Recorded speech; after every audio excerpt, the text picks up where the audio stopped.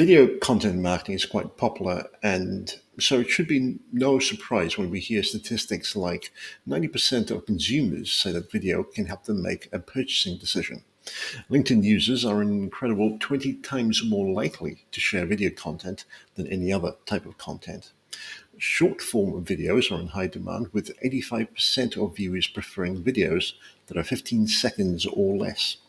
Video SEO is becoming increasingly important as Google reports that videos are 50% more likely to appear on the first page of search engine results. A staggering 97% of marketers state that a video has helped increase user understanding of their product or service, while 76% say that it's actually helped them increase sales and revenue. Although 88% of marketers agree that video has improved their return on investment. But given all of this, doesn't it make sense for B2B tech companies to transform into media companies and leverage content creation, particularly videos, not just as a marketing tool, but as a core competency to drive business growth and thought leadership in their respective industries? It's a question I'd like to pose to our guest in just a moment. Hello and welcome to the Predictable B2B Success podcast, brought to you by Sproutword.com. I'm Vinay Koshi, and our guest is Vikram Chalana. Vikram, you're the CEO of Pictory, and really you've been in this space for quite a while, the space of AI-driven content creation. Your journey really started with this passion for creating transformative technologies. In fact, you began as a research scientist at Insightful Corporation, where you honed your skills and developed a deep understanding of the industry's intricacies. I believe it was in 3 that you decided to embark on your entrepreneurial journey, co-founding Wind Shuttle. This enterprise software quickly gained prominence for its innovative application data management solutions, specifically designed to revolutionize SAP-based businesses.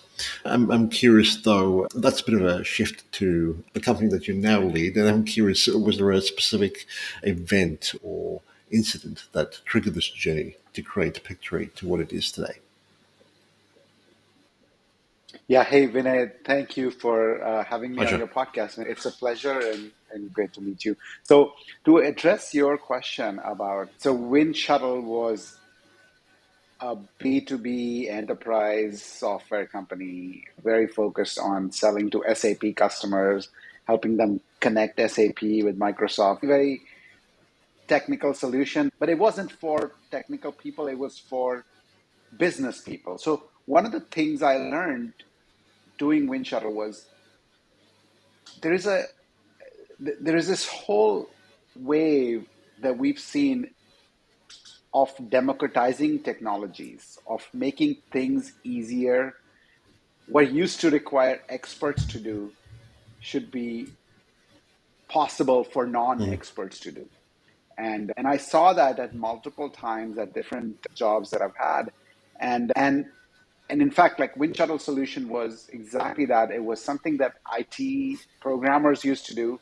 Now, a business user in HR or a person in finance could do that same SAP data management that you would. So it empowered people, and I saw the power of that, and I saw the power of that to create a business and to create a market, a brand new market. But it's always identifying the problem, right? What is that problem? What is that choke point that is there today that you can help solve by empowering more people? So I saw personally at Wind Shuttle, and since this is a topic we're talking about today, videos were growing in popularity. Marketing wanted videos, product team wanted videos, sales team wanted videos, HR wanted videos for internal communication. Everybody wanted videos, but they had to rely on this expert, Right. the video expert. And everybody was lining up to her queue to help make videos and help edit videos. And I saw that and I was like, if there is an opportunity here, this is it. Video should be part of an office productivity suite. Like you have Excel and Word and PowerPoint, there should Hmm. be a video maker right next to it. And because it is going to be the next wave of way we communicate and way we get the word out. And so I saw the writing on the wall on the, like, video was getting popularity, even for a B2B company like ours. Very, like, everybody wanted videos, content marketing wanted video. And then We saw like what I'd done before at Wind Shuttle. We saw what Canva was doing around design, and we saw the initial transformers architecture in the world of NLP and AI. And we're like, these are three forces that are gonna bound to intersect, and we can create some interesting technologies in Certainly. this. I'm also curious, given your journey to date, what would you say would be your personal area of strength? I think making those connections and just seeing the power of one technology applied to a completely different area.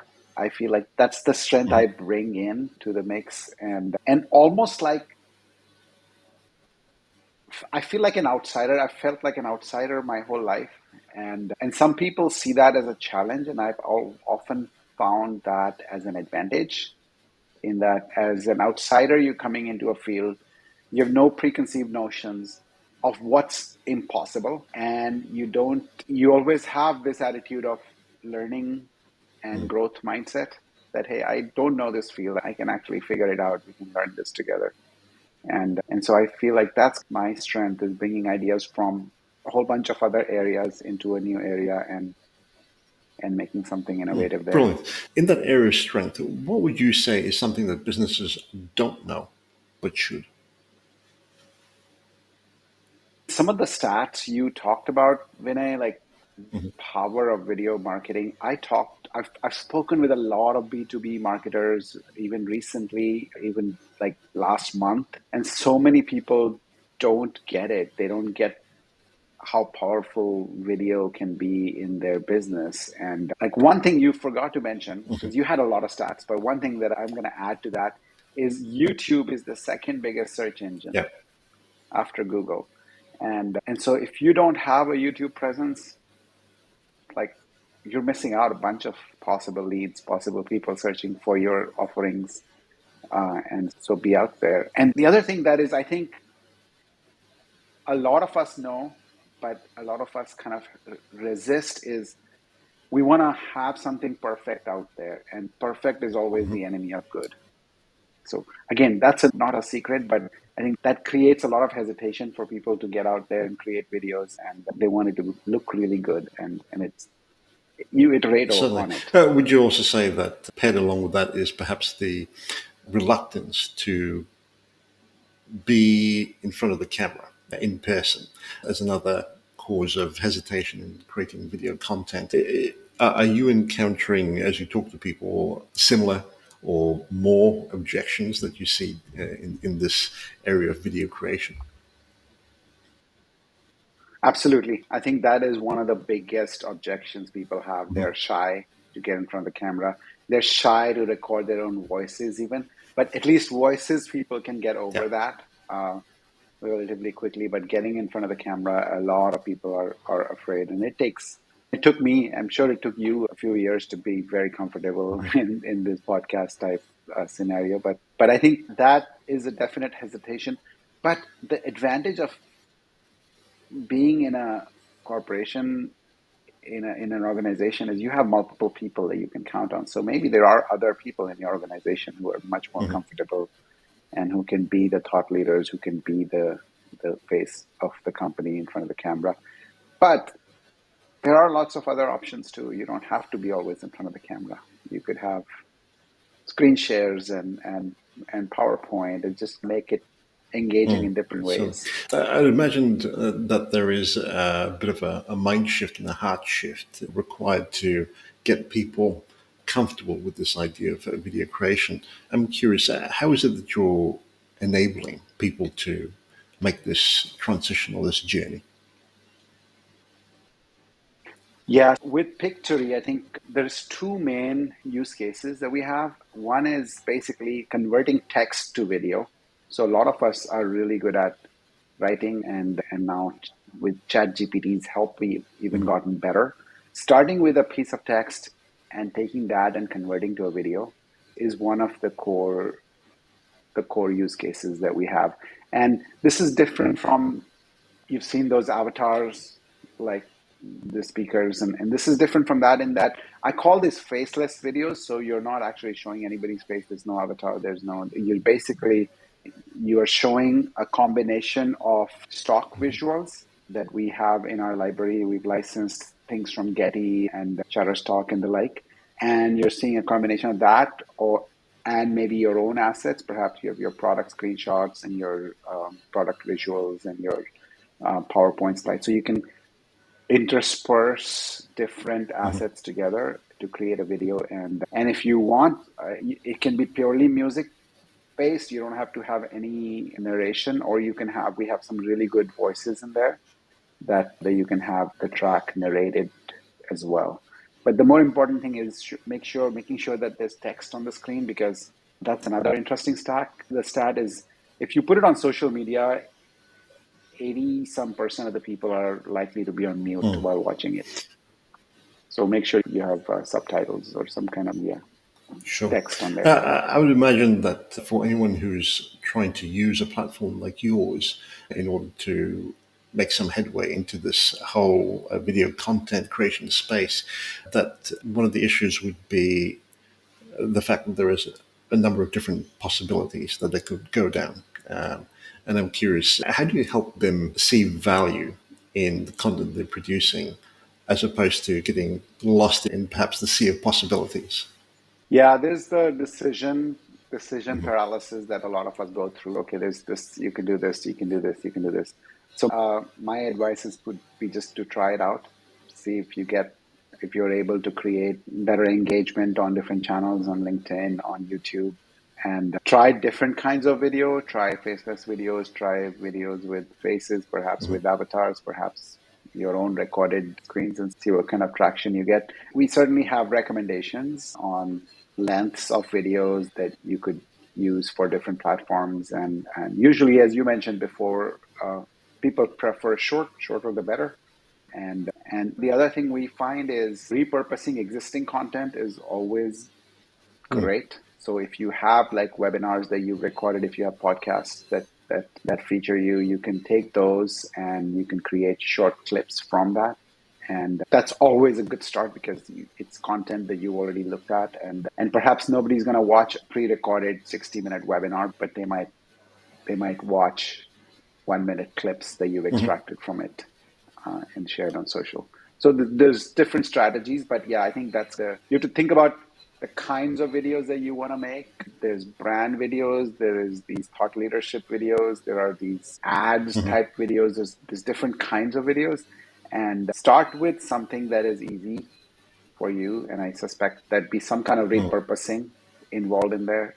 So things that you already have, either text content or video content, and then that would be the place to do it. That reduces the barriers to entry, and then you can always get more complicated and get better at it. And Curious and quite interested with this idea of repurposing because oftentimes it's talked about as a way to lengthen the life cycle or the lifetime value of a particular piece of long form content. However, while you might be able to dice up the long form content into particular pieces, there is a whole host of other activities that need to go before you can actually publish that piece of content. Generally speaking, that involves creating some sort of context so that people would be able to understand it and relate to what the content is about, and then maybe follow up on an appropriate call to action that's relevant to the overall piece of content, etc. Are you finding quick ways, or does your platform allow for quicker ways of going through that whole process of providing this additional context, etc., timely manner or efficient manner? yeah, so I think the additional context is something that you have to provide. My like the way we do it and the way our platform guides you through is, you take an existing webinar, you're probably hosting the webinar somewhere, perhaps on YouTube, Mm. perhaps on your website, and these small pieces that you can extract using our platform automatically. The idea would be, you want to drive traffic to your long form content in some way, so use the short clips as teasers to drive traffic to the. So the call to action is pretty clear. You're trying to drive content, trying to drive traffic to your long form content. That's how we see it. Perhaps there are other ways to do it more. I don't know, how do you guys do it? Do you have other suggestions? Not per se. I'm still learning in this whole area of video creation. But Yeah. that's interesting you said that, because I would have thought that with people's preference for short form content, especially video content, that perhaps it wouldn't be so wise as to get people to watch the entire webinar, for example. Which could be 45 minutes to an hour long, which might put people off, or the kind of speed things up two times the normal speed and try to get through the best bits quickly, which I'm not sure necessarily helps with comprehension and consumption of the content, as Mhm. opposed to perhaps linking the call to action to other relevant short form pieces of content, maybe on the same webinar, maybe something else or related, but eventually driving Yeah. things to the overall business objective, which is to perhaps check out a platform or a product or service. Yeah, I see that as like the funnel, right? The more people are engaging with your content, the more, and you're absolutely right. Maybe it's not, that's not the appropriate call to action. Maybe it's read a blog or perhaps browse these other five pieces of content. But yeah, and the whole idea being as I try to move people Right. down your funnel, more Certainly. engaged. Obviously, a platform like yours is helping people overcome one of the biggest barriers that we talked about before, which is that of cost and expertise. I'm curious, are you hearing about other areas that people trip up or have as maybe a mental barrier, even though they're using a platform like yours to hasten the process and produce a lot more content? Yeah, I guess people trip up on a bunch of different things. It's still, even this takes time, right? Yes, it's not like your original week-long project. You've distilled it down to say 30 minutes, but that you still have to find the 30 minutes in your day, in your process to do it. So that's the obvious one. The other one is sometimes, again, like I mentioned, I think styling and how you want to style the video, what kind of templates. We do offer a bunch of templates and stuff, but then I see the Hermosi style and I want to have that Hermosi style videos and stuff like that. So sometimes, again, you're trying to get a really good output and you spend a lot of time. Okay. So it goes back to that perfection and try to get to that perfect state.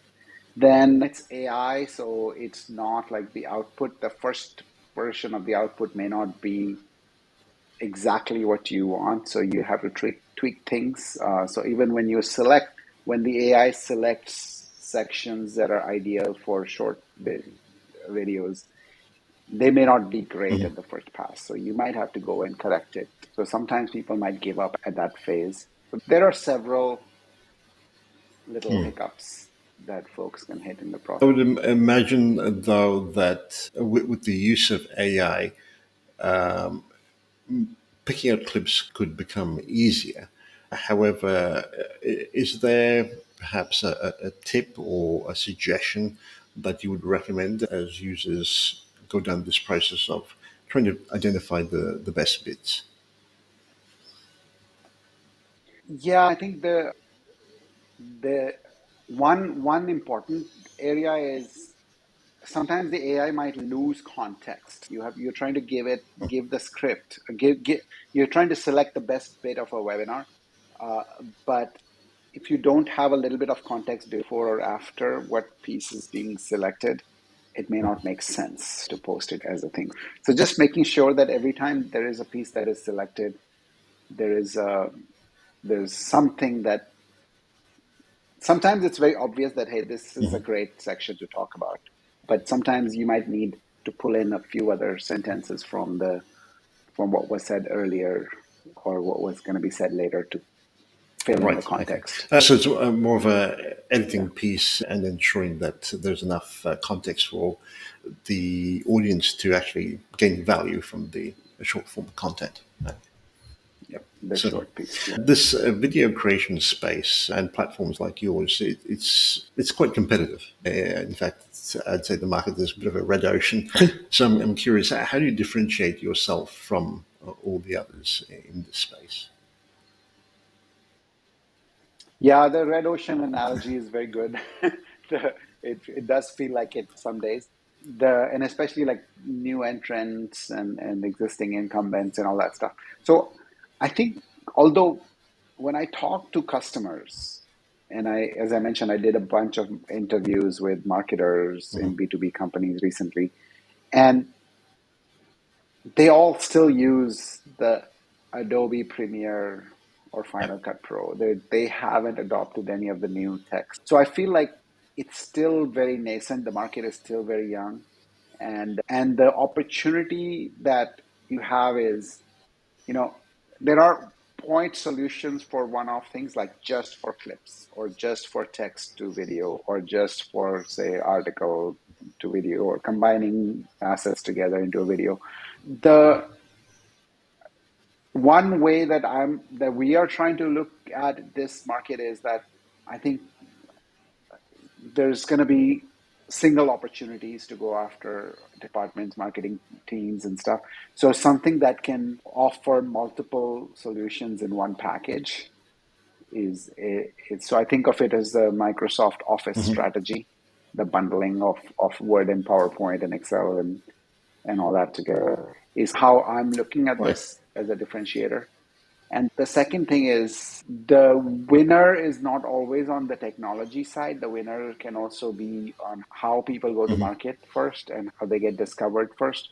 So that's where one of the other ways is we're trying to differentiate ourselves is how we find customers, how we go to market, and trying to use many different channels through marketplaces, through affiliates, through OEMs, all that kind of stuff. Right.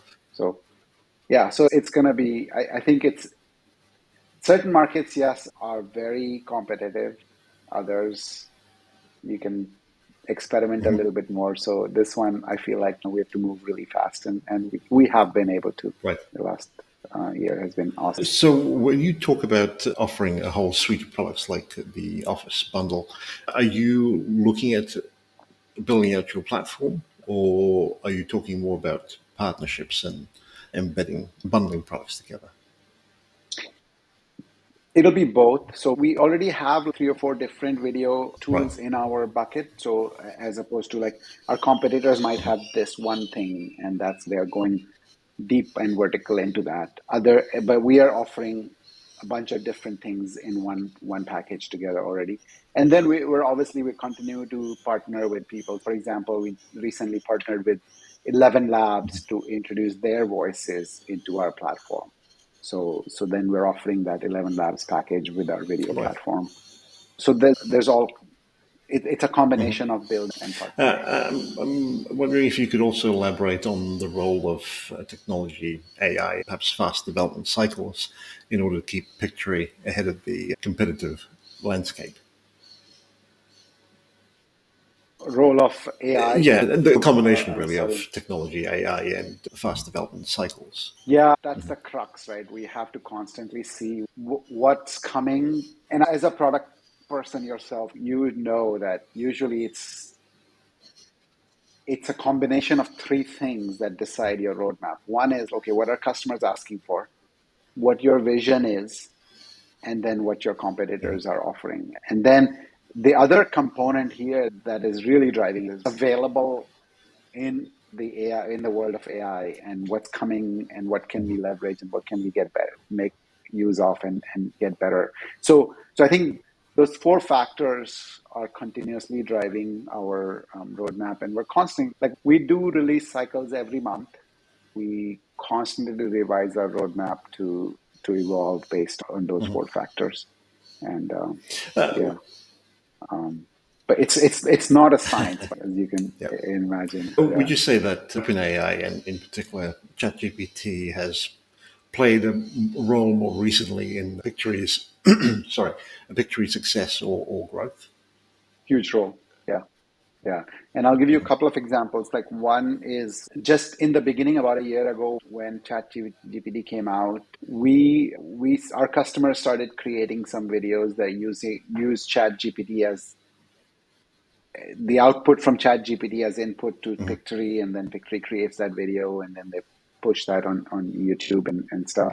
And so that use case alone triggered a bunch of new users for us. Some of those customer created videos went viral, and then that brought in a lot more customers. So we've seen like a massive 7-8x growth in the last Right. 12 months. And largely driven by by the interest in generative Right. AI in general. So that's one go-to-market side. And then even on the technology side, some of the algorithms that we've had for finding the right clips, or for best searching the right visuals when we're going from text to video, we've been able to incorporate LLMs in those AI algorithms and make them much better than they were before. So both ways we benefited from the underlying technology as well as from the hype around generative AI. Brilliant. And with that, there comes this debate between high frequency versus high fidelity videos. What would be your take on that? Yeah, that's the holy grail, right? You want high fidelity videos at a high frequency. And that's coming. I'm sure like in the next few years you'll see really high quality videos coming that you can create very quickly. And that's the journey we are trying to navigate ourselves. But for now, like what I tell our customers is you need to be on a high frequency basis creating videos, right? Whether it's for YouTube and for SEO purposes, whether it's for social media, whatever your content marketing strategy is, make sure video is a part of that core content marketing strategy in however you do it. Just like content marketing, the idea is like you're going to create blogs every month, n number of blogs every month, or n number of social media posts every day or every week. Just make sure like video is in part of that. So that's already taking care of your frequency. Uh, some of the high frequency videos may not be the studio quality videos that you might, because you can't afford to do that. You can't afford to hire a production crew for every video that you're going to post on social media. So that's where you have to get creative. That's where you have to get to use the AI tools to help you create some of these videos. And they may not be the perfect videos, but over time the AI videos will get better and better. And that's the bet I would want all B2B marketers to take. Yeah, I'd agree with you on that one. Seeing some of the quality of videos that are coming out with some of the newer players, there's, I'm sure, a lot of pleasant surprises to be had in the next couple of years. When it comes to this whole idea of videos, I guess it's not something that should be considered in isolation, but as part of your overall content marketing strategy. I believe in our earlier discussion, you talked about a bottom up approach, or at least a need for one. I'm curious, how does Pictory accommodate for this dynamic? The bottoms up approach in Content, yeah. creating content in general. Yeah, yeah. I think there's like various ways to think about it. It's whether content is user generated, whether it's company generated, like thought leader generated. But I think there's a lot of people who can help in contributing to content in your company. And it doesn't have to be always like dictated by your common content strategy. I think that's what you're talking about, right? Yeah, absolutely. Yeah, yeah. And therefore, like, I think, yeah, just that whole repurpose strategy works really well in that bottoms up idea is that you have multiple people in your organization who've created content. And as long as you can try to repurpose their content and use that. I'll give you one more example of distributed content strategy that one of some of our customers use, some of the larger customers. So this large company, they have a centralized team, video team, and they're getting too many requests from all their business units about I need video for this, I need a video for this, I need this social media videos.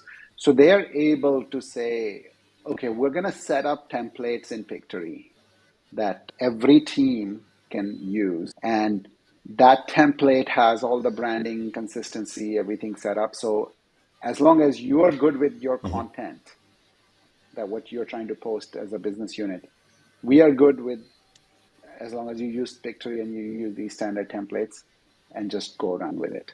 So they have been able to, the centralized video team is not a Mhm. bottleneck anymore. They've been able to distribute this ownership of video making to the business units. And this goes back to what we were talking in the early days, right? Now we're seeing the spark of something that required the experts to do. Like in our SAP case, it was the Mhm. SAP programmers to do. Now can be done by business people in different business units who are already familiar with their content, who are already familiar with what the messaging needs to. Would you say, though, that in such circumstances, it's absolutely vital for companies to not just have a branding guide, but to ensure that all people within the organization are on point with the whole branding concept, including certainly messaging, but even the tone of voice and the values, etc. Yes, to some degree, absolutely. Yes, yes.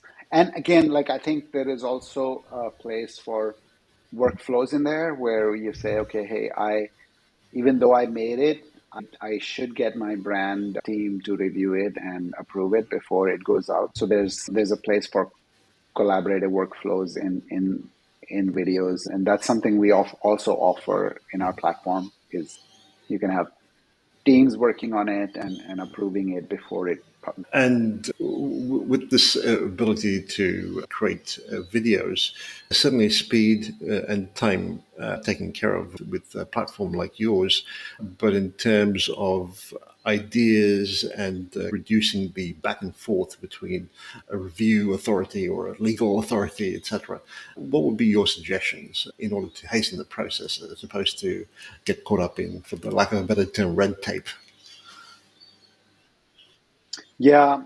So I think there's approvals in different stages that you would want, right? And depending on how big your organization is, you'd want to make sure the script is approved first, and then the storyboard is approved, and then you get the final video looked at. So I think doing it in phases is important, and that's how some of our customers do it, and that would be the recommended approach. But if you're a smaller company, you can of course move much faster. It's probably just Yep.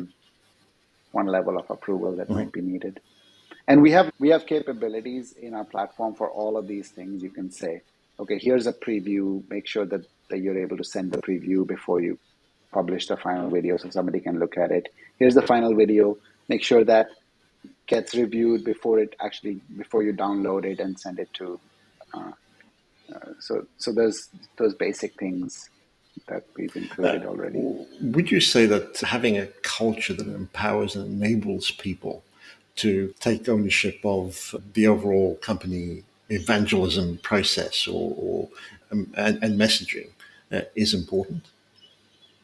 I think so. Yes, absolutely. And I think AI can really help in that because not everybody can write the same way, Sure. but I know like tools like Jasper and I think even ChatGPT probably has like write in the style of my company and write in the style of so you can leverage AI for some of that. But yes, it becomes part of everybody's mission because we are all on social media and we get each of us will get more traction than our company's Right. social media So page. that makes a lot of sense to leverage the collective thought leadership, which brings up an interesting point. In terms of thought leadership content, what recommendations would you have for B2B businesses looking to stand out in their markets? Multimedia, right? A lot of people, when they think of thought leadership, they think of just blogs. But these days, it's going to be blogs and videos and podcasts and all the different types of media that are already in play here. And again, I feel like there's a power to repurpose. So repurposing your podcast into a blog by transcription or creating a pictory like video from your blog and posting it in your blog as a summary of the blog, and then taking your content, written content, maybe making a video on for YouTube or taking your YouTube recording and making. There's all different ways to repurpose, and I feel as thought leaders, it's important to start thinking about not just the Mm. content, but the way the content will be presented and the different formats in which we can share So, that.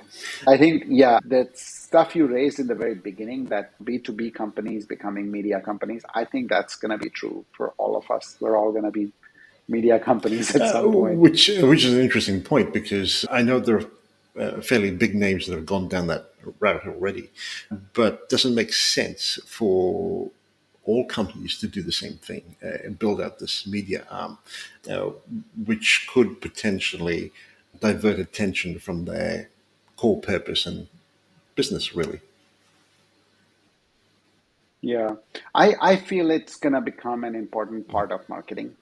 So any product and how you get out there, how you get the word out is going to be, there's product led growth, Mhm. which is what we do, but also in parallel to product led is also a lot of marketing and evangelism that you have to do. And every marketing channel, paid marketing channel, will hit its Mhm. capacity because you get eventually very competitive and then you can't get any more returns from it. So some of the organic channels like content marketing and thought leadership, that's here to stay. That's not going anywhere. That's going to be how people will get their word out, their brands out. So, could you share some examples of B2B businesses that have successfully distinguished themselves through thought leadership and video? Good question. I should have thought of some examples before You're right. I don't. I can tell you, yeah, at least one of our customers, IBM, and there's a Mhm. specific division of IBM that uses our product. They use a lot of videos and they use a lot of webinar thought leadership content around that. And I'm sure it's not. You can probably pick up any company and see their YouTube page. But the YouTube is the thing that would be the one that distinguish it. It's, if they have a good YouTube channel with a Mhm. lot of content, recent content, that would be the one that I would look Okay. at. That's interesting, given that at the moment, I'd say that some of the bigger players are what would be labeled as perhaps influencers in the space. Given your experiences to date and what you know about the industry, do you see influencers continuing to be a thing, or will they actually be absorbed into marketing and media branches of a business? Interesting. That's a great question. I feel like influencers are here to stay for at least for the B2C side. There's no Mhm. question about it. On the B2B side, there will be influencers. Some of it become people like Gartner and Forrester and stuff, the analysts that talk about things. But some of it are people like yourself, Vinay, like people who are thought leaders and talk to different industry experts in different fields. And so I feel like this is not going anywhere in the near future because people like to hear from independent voices as opposed to their own brand Certainly. voice. Okay. A few more questions before we wrap up. I'm curious, does Pictory facilitate the creation and promotion of customer success stories through its platform? If so, how? Yeah, so we ourselves use it a lot for our customer Right. testimonials. So when we don't have a recording feature, but we get on a Zoom call, we record the customer testimonial, and then we have some editing capability just using text or the Mhm. transcript of the text.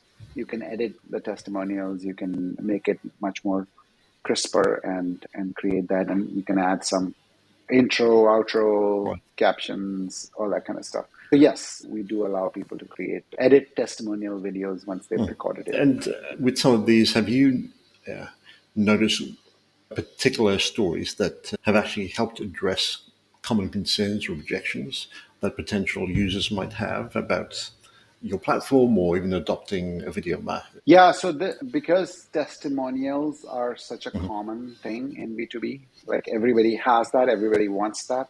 And it's usually a great place that people Right. start. They might start using Pictory with that. And I consider them in the form of you have pre-existing content that you want to repurpose. And so this would be a great example of that. We've covered a fair bit of ground, but I'm curious as to this whole space of using videos and developing it, not just as a marketing tool, but perhaps as a core competency to drive business growth and thought leadership. Is there perhaps a couple of areas that you find doesn't get much airtime? If so, what would they be? So in videos, I think the people are starting to realize about the long to short. That one is the one that I feel is a good use case that people should pay attention to, because you're sitting on a lot of long form content, and creating short clips from it is a really easy way to get things started. Whether it's customer testimonials, whether it's webinars, whether it's you know event footage that you've collected, all of those are good candidates for getting started on video. And in general, again, I would reiterate the thing about high frequency videos. Just start Mhm. posting them often, and don't. It doesn't have to be perfect. It doesn't have to be great. It can be something you start with and then improve over Right. time. Okay. Brilliant. And to wrap things up, Vikram, if you were listening to this episode, what would you say would be your top takeaway? I like to borrow the stuff from Nike. Just says, let's do it. Just do it. I, whether it's starting your video marketing journey, whether it's starting your content marketing journey, just I think sometimes it's just a starting point. And if you're already doing it, add videos to your mix. If you're already doing content marketing, and if you're doing video, that's awesome. You're already seeing the benefit Certainly. of it. If listeners are curious, want to find out more, or connect with you, where would you recommend they head to? So our website is awesome, pictory.ai. You can check out our product there. If you want to connect with me personally, LinkedIn is a great place, and I hang out there. We'll include links to that in the show notes. Vikram, thank you so much for doing this. It's been very enlightening. Thank you, Vinay. It's been a pleasure. Thank you for No having me. worries.